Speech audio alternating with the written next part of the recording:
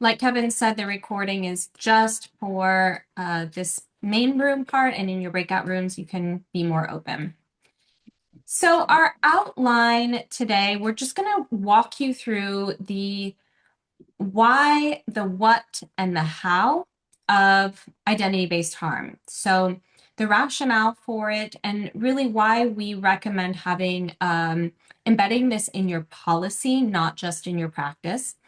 And then we will actually be giving you some policy language that you can use in your safeguarding handbooks. You don't have to start from scratch. So we'll give that to you in this session. We'll talk you through what it means. And then we will also offer you some tips for how to advocate for and embed this into your school's safeguarding protocols. It's 60-minute session, and we are going to start with the why. I'll hand it over to you, Alysa. Thanks, Emily. So when Emily and I sat down to do this work together, um, we ended up publishing an article that talks a little bit about our journey in writing this and our journey in creating this language and wanting to share it with international schools. And in that article, it opens with this quote, which is actually a quote from my therapist, who, after something that I had done about the millionth time where I had shared something with her, and then I had said, it wasn't like a big deal, or I wasn't, traumatized or anything. And I remember her gently kind of nudging me of saying, that's interesting, your framing of like, it wasn't a big deal because 30 years later, you're telling me about something that happened to you in middle school in therapy. So clearly it wasn't something in the gentle way that therapists do.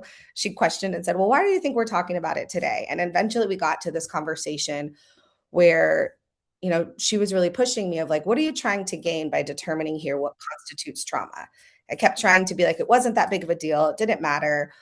And one of the reasons that I think I found myself constantly dismissing some of these issues that had happened to me as a child in school was because nobody named it as harm. Nobody called it harm.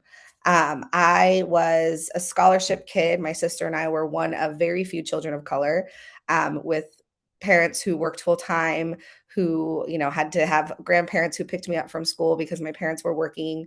And overall, I had a good schooling experience. I pushed into lockers or consistently made fun of, but I was very aware of difference. It was brought up in different places in the playground, in the classroom. My teachers weren't maliciously causing harm. My peers weren't necessarily maliciously causing harm, but I was harmed.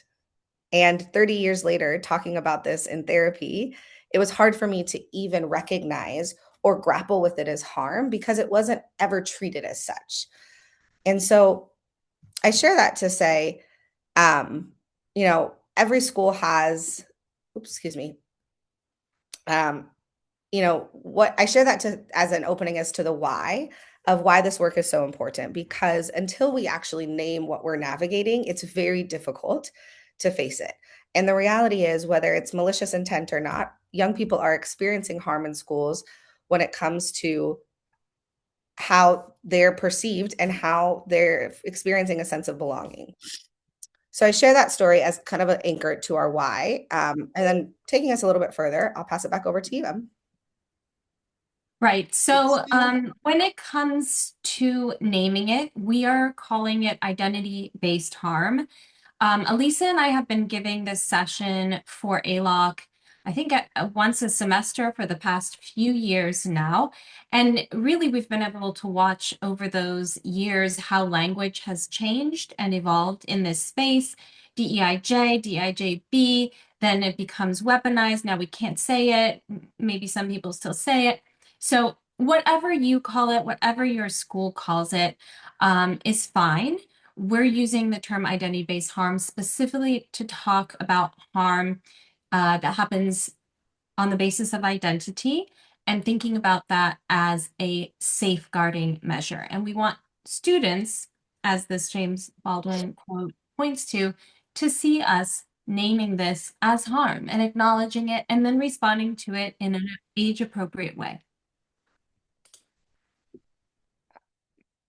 So let's start with the definition because we've said it now. Our language around this is identity-based harm. So let's give that a definition, which is actually point A of the policy. And we're going to walk through all of the language in the policy that Emily and I created to share with schools. So you're actually seeing a preview of that right now with point A, which is the definition of what is identity-based harm. Like I shared with my story, I was experiencing harm, but fast forward to 30 years and talking with my therapist about some of my identity issues and feelings of belonging, it was hard for me to recognize it as such because it was never recognized as such in my experience as a child. So the first part of this policy language that we provide is just giving this definition, which is that the school acknowledges that targeting based on identity, race, color, ethnicity, caste, religion, gender identity, gender expression, sexual identity. You see the list here that any targeting based on somebody's identity does constitute harm and abuse in the same way that we think about our what we want to protect young people from in our child protection policies and all of the work that schools do in that space. We offer that targeting somebody based on their identity similarly needs to be a part of that conversation of child protection because it does constitute harm and abuse. So we're going to go into our first activation here, where we're going to invite you to think about what are some of those spaces or situations in the international school context where identity-based harm could occur.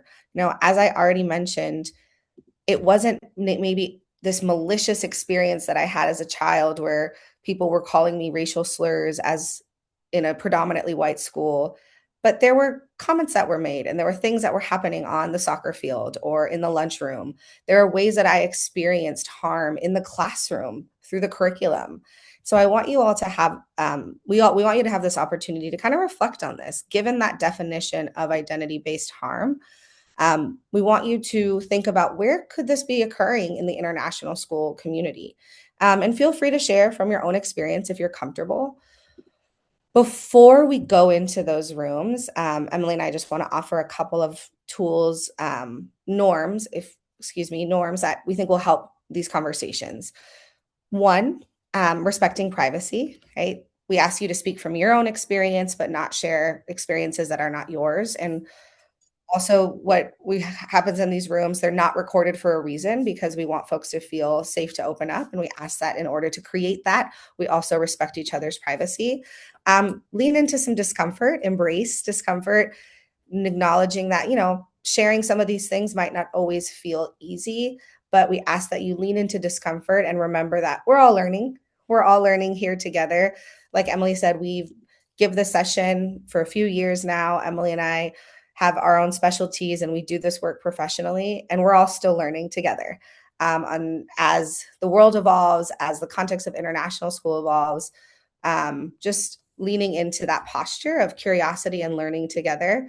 And last but not least, acknowledging that multiple truths can coexist. I think this one is so key, especially with embracing discomfort. I can talk about something that could be harmful while acknowledging my school is an incredible community, right? Because those two things can coexist, and recognize where harm exists doesn't mean that the school isn't doing good work. And so acknowledging those multiple truths allows us to practice the rest of our norms of leaning into discomfort and being a part of this conversation, and we're all learning together. So going back to the question before we put you into breakout rooms, just as a reminder, and we'll ask you some folks to share out in the big group when you come back if you're comfortable, but just in some small groups, what are some stories, some examples, some places where you can see in the international school context where identity-based harm, as we have defined it here, could occur? So that is going to be our first activation in breakout room. Emily, am I missing anything? No, that's perfect. I've created the rooms. We'll open them up for you. Let's take maybe about 7 minutes just to talk through where some to respond to this activation, and then we'll regroup. Here we go. Kevin, okay, there we go. I'll put that our new guest into a room. And I'm going to put the definition in the chat. Of the why. A clear sense of the why for embedding this into our safeguarding policies or into our safeguarding practices at least. And what we want to do in this next section is offer you go into the what. So is that? What is that policy language that you could potentially take back to your school community and use to both prevent and respond to identity-based harm? I shared an article earlier in the chat that Alysa and I co-authored, which has this image embedded. It's so much text. Do not feel like you need to try to read it all right now. We're going to walk you through piece by piece, explain what it means, and then give you a chance to try to think through what might be helpful in your particular context. But we give you the text now so that you have it. You can look back on it.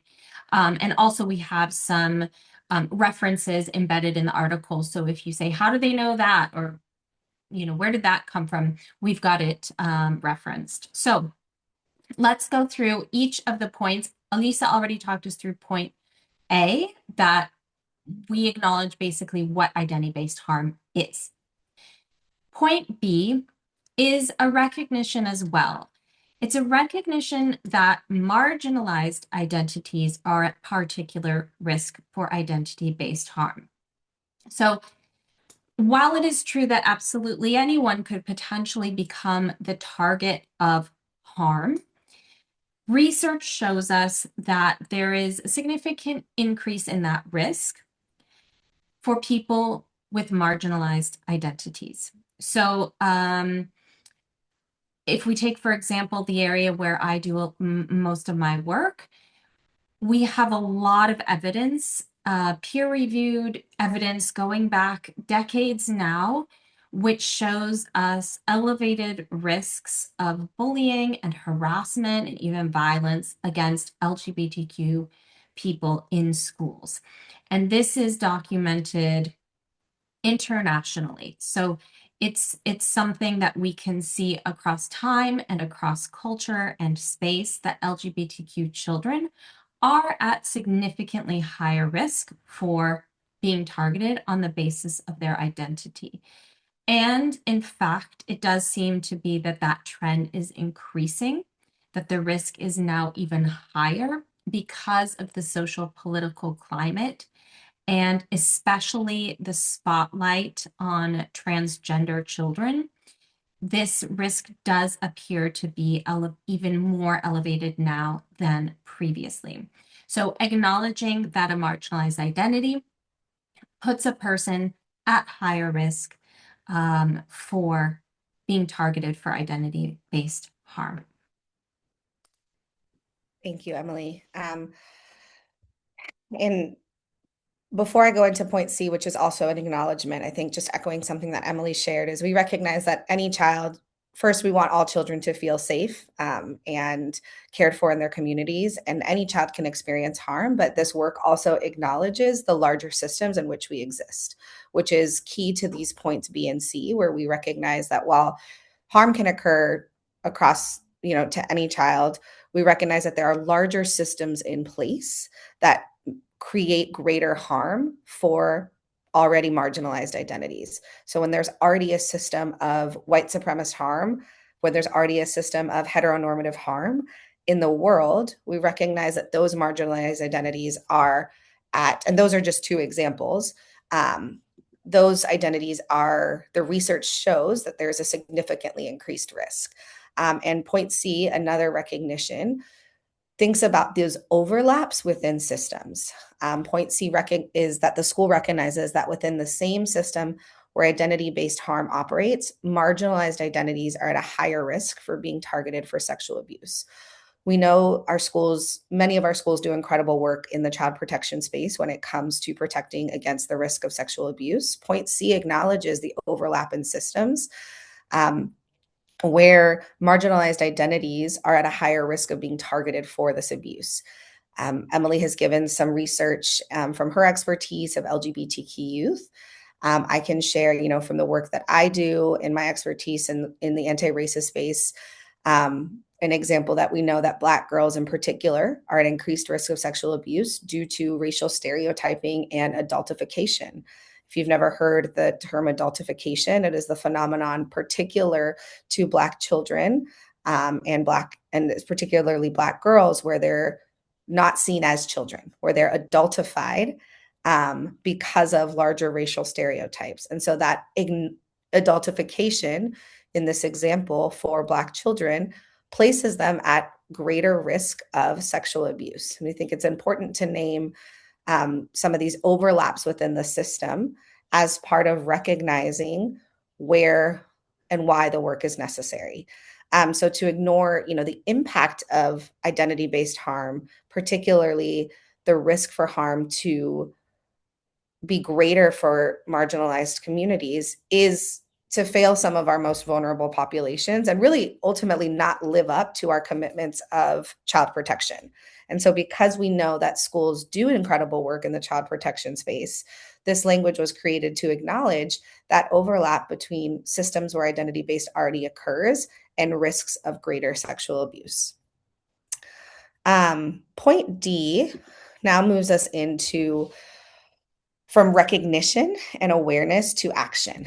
What we offer for schools in point D of the policy is that the school takes responsibility for preventing, interrupting, and correcting identity based harm.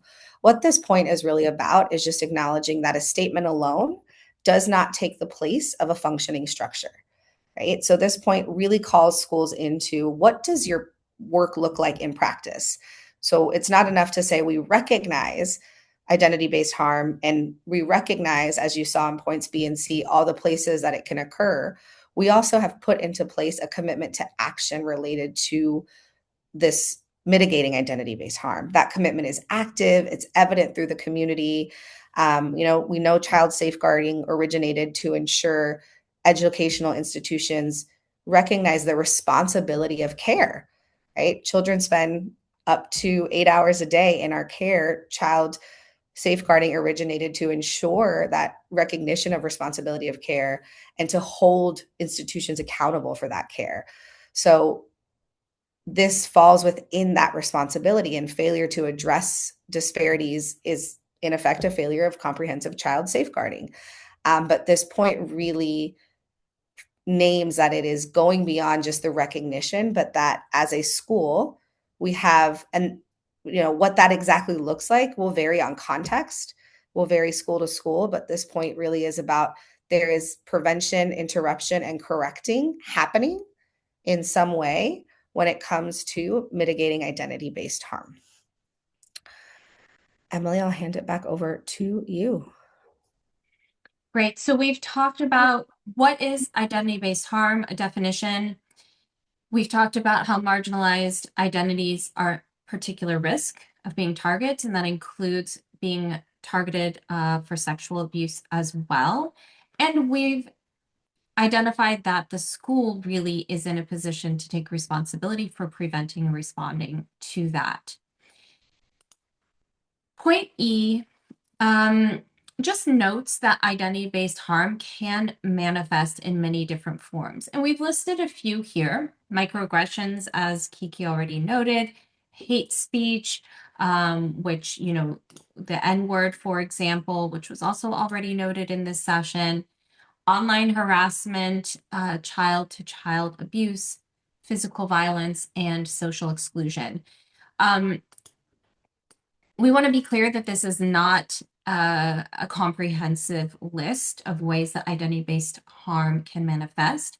We put it here so that, as a reminder, that there are many different ways, and we encourage school communities to really examine the ways that marginalization and identity-based harm are currently manifesting in your particular system and in your relationships, and just be open to the possibility that there is room for deeper awareness and growth and healing in those systems in lots of different ways. Also noting that sometimes identity-based harm shows up as really overt, like the N-word, really explicit, and sometimes it is more subtle, and it might be more covert as well. So we want to make sure that students are able to report when that happens, and that it's not just we're waiting to see the big problem. Point F, this is the second to last point, is that we know this is hard. We said earlier, people are trying already. This is not new. People are trying to do the right thing. There are programs in place, and it's not solved overnight. We're working with systems that have been developed long before any of us were born, over centuries, and trying to make change within that is hard. So we advocate for staff development, training, resources, so that you and your colleagues actually have the tools you need to begin to tackle this significant problem. So you know how to recognize and respond to identity-based harm. I hear a lot of times from LGBTQ children who are afraid to report experiences of identity-based harm because they're not sure if their teachers care about their identity, right? Right now, there's a lot of anti-LGBTQ rhetoric, and they don't necessarily know where their safeguarding team lands on that if they're not clear. So making sure that your staff has training to receive a disclosure from an LGBTQ child in a sensitive and affirming and private way, that takes training. It's not intuitive all the time. So we advocate for schools to invest in this to make sure people can do it well. Last one, over to you, Alysa. Thanks, Emily. Yeah, it takes training. It takes, time and dedicated work. I talk about this a lot in my practice. I just came back from doing some work in a school and really speaking to that community. One entry point was like, it's okay that this is brand new to you if you've not had anti-racist conversations before. I'm going to push you to have them now because practice and training is part of the work. You maybe not have wasn't a part of your educational journey when you were in college to be a teacher, but it takes the training to really do it well. And our last offering in this policy language is that we advocate for trauma-informed restorative practices. It can be a part of addressing identity-based harm when appropriate. This approach maintains agency and dignity for the person who is targeted, but builds a sense of responsibility and accountability for the person who has committed the harm. Restorative practices, as compared to exclusionary discipline alone, are intended to build community. They're designed to strengthen relationships and repair harm. Each situation obviously will differ, and there's not a single approach that we'll say is right for all circumstances, right? How does this fit within your school's larger behavioral and discipline? How do you ensure that teachers are all adequately trained and that the community understands how restorative practices are used? Again, Emily has said this before, and I'll reiterate the point here. Restorative practices are successful when carefully facilitated by trained professionals. If not done through proper training and as part of a layered approach in responding to cases of harm, it can actually cause greater harm. It has to be done by trained professionals, ensuring that it is actually the accurate and appropriate approach.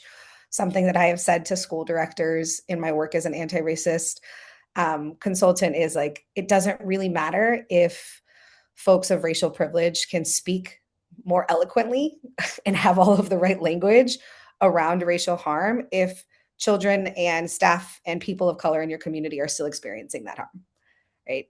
What is your metric of actual change? Is it that people of racial privilege have the right language, or is it that folks in communities of color feel safer in your community? And I think part of that is covered here. We believe in restorative practices, and they must be facilitated by professionals. And so we've gone through the language of the what. Before we move into the how, I'm going to kick it back over to you, Emily, to send us into a activation. Wonderful. This has been a lot of text and a lot of language. That's the beauty and also the pitfall of policy work. So we want to give you an opportunity to interact with this language and see how it could be made relevant for you in your context. So your reflection activity now is to look at your own school or organization's policies related to child safeguarding. Most schools will have a handbook or something like that. And think about which pieces from this text, meaning the policy text that Alysa and I propose, which pieces would benefit your child safeguarding commitments and your overall community, and maybe why. I will put again the question in the chat for you, as well as a reminder of the link so that you can see all of the policy text. We will go into breakout rooms again. And if you are in a room and you can hear something that isn't supposed to be in your room, come back and we'll try to troubleshoot. But I've rearranged the room, so I'm going to cross my fingers. Again, this part will not be recorded. Thanks, Emily. Thank you, Kevin, for getting us back on recording. We have just a short bit of time left. And like Emily said, I hope that was helpful to be able to reflect with one another about how this language connects to experiences, realities, context in your community. And we wanted to also leave folks with some how of you've had some time to sit with the why this matters, the what of it, what are some next steps. And so want to offer just some steps that you can take as a community to implement this and implementing changes in policy. The first step is ensuring that the child safeguarding team has necessary structural support. Structural support looks like time, resources, personnel, to really dedicate to this, making sure that you have those conversations with your school leadership, or if you're on school leadership, really carving out the time to ensure that the structural support is necessary. Like Emily said, this takes training, this takes practice, this takes time and dedication. If you are committed to embedding identity-based harm as part of something that you're looking out for, that you're advocating against, you want to make sure that that support is there to bring that into your child safeguarding conversations. You want to audit existing policy for gaps. So a version of the breakout rooms is doing that deep dive with your community and saying, okay, where do we have covered? And then looking at this policy language that's being offered, where are some gaps in our coverage and in our policy that we want to address? From there, anticipate potential barriers to language implementation. Emily has mentioned we're seeing this moment where LGBTQ communities are experiencing particular targeting, particularly trans students, where the phrase even DEI, even though that's a conversation happening in the States, it resonates across the globe, is being weaponized as something that it's not. It's being demonized. And so how can you mitigate that? What language can you use that your community will respond well to? Think about even how do you translate this, in local language. I was working with a community recently where we had to think about, hey, how do we make sure that this translates to local language in a way that will actually invite people into the conversation as opposed to being a barrier? So really anticipate potential barriers to this language implementation and prepare with relevant research. A starting place is the article Emily and I co-authored. We offer all of the research, all of the studies that we used in creating that, and being sure that you have that research ready to ensure that this isn't just about, we want, it's not a feel good policy because, or you can't, this is something that people will that they don't see the research behind, but you as a community are saying, here's what we know to be true, the research behind this, here's how we are making these decisions, and having that prepared in a way that speaks to where those potential barriers might pop up. Partner with professionals who can support your community. I had somebody ask me about trans policy recently, and I sent them Dr. Emily Meadows information because I know that she is an expert and a professional who can guide that school in the direction with the research. And so really, as you're navigating, partnering with professionals in the space who can support the community and help navigate some of those barriers that you might have anticipated, or that you might, or that you were aware are going to come up. And last but not least, ensure that there is self-care and support. This is additional emotional labor. Folks who are doing this work might have experienced harm from their peers. Folks who are doing this work might be navigating harm that their children are experiencing, or just simply seeing harm with an identity that they share. And so just ensuring that the self-care and support is there for the additional labor that comes with doing this work. So I want you to think about with these next steps that we offered, what are your next steps? We are coming up to that hour mark, and so short on time here. But before we close, maybe you can drop it in the chat, jot it down on a piece of paper. We won't have time to do another breakout room, but just reflect on what are some next steps from today's conversation? What of this language resonated with you? Maybe something that was shared in a breakout room that really helps you see your next step for your community as you advocate for and bring the conversation of protecting against identity based harm into your spaces. So, if you have a next step you want to share, please feel free to drop it in the chat or just do it as a self reflection. Um, Hopefully, today has been useful. We've walked through why this matters, what it is, and leaving you here with some steps on how to engage. Um, I am grateful for the time. I'll share some contact info here with folks if you want to reach out to myself or to Emily of our respective specialties, but also just working in the space of identity based harm. We'd love to hear from you. Yeah, and with that, I'll hand it over to Emily for her final words. Thank you all so much for your engagement, for your time, and for your commitment to make schools a safer place for young people. I'll end with a thanks to Kevin, as always, for hosting and for creating a community where we can come together for these important conversations. I appreciate you, Kevin, and I appreciate you, Alysa, and I appreciate all of you for being here. If you need anything, you know where to reach us. Enjoy the rest of your day.